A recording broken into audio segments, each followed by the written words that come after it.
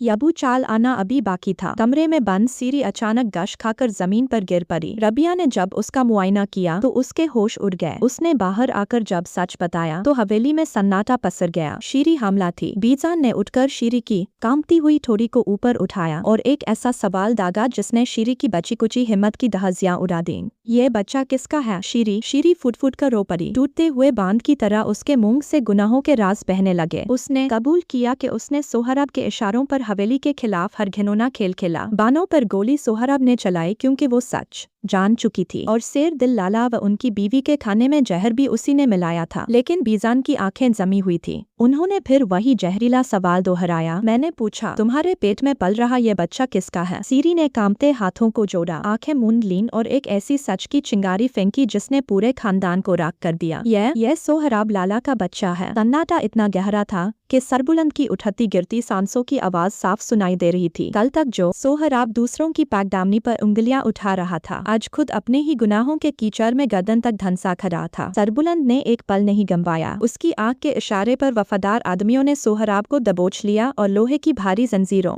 में जकड़ दिया। जुर्म का हिसाब शुरू हो चुका था, लेकिन हवेली के बाहर एक और खूनी खेल खेला जा रहा था। जाफरान खान ने अपने ही सगे भांजे तिलस्म खान को हमेशा के लिए सुला देने का हुक्म जारी कर दिया था, मगर तिलस्म कोई कच्चा खिलाड़ी नहीं था। उसने अपने मामा की आंखों में बहता खून पहले ही भांप लिया था। उस खौफनाक रात वार होने से पहले ही तिलस्म ने बाजी पलट दी। एक ही वार में जाफरान खान को मौत की नींद सुलाकर खून से सना तिलस्म सीधा हवेली की तरफ बढ़ा। उसका अगला निशाना सरबुलंद। जैसे ही तिलस्म हवेली के भारी दरवाजों को पार कर अंदर दाखिल हुआ, उसके कदम ठिठक गए। अंदर का नजारा देखकर उसकी रूह कांप गई। सरबुलंद ने रबिया से शादी कर ली थी और अब रबिया इस हवेली की नई मालकिन थी। अचानक रबिया की नजर दरवाजे पर खड़े तिलस्म पर पड़ी। उसकी चीख से पूरा हॉल गूंज उठा। यही है वो दरिंदा, इसी ने मुदस्सर का कत्ल किया था। एक सेकंड के भीतर सरबुलंद के बंदूकधारी आदमियों ने तिलस्म को घेर लिया। तिलस्म गिड़गिड़ाया, हाथ जोड़े, बेगुनाही की कस्में खाईं। लेकिन इस बार सरबुलंद की आंखों में रहम नहीं, सिर्फ मौत का सन्नाटा था। इसे काल कोठरी के सबसे गहरे अंधेरे में फेंक दो। सरबुलंद का हुक्म गूंजा और तिलस्म को खींचते हुए सलाखों के पीछे धकेल दिया गया,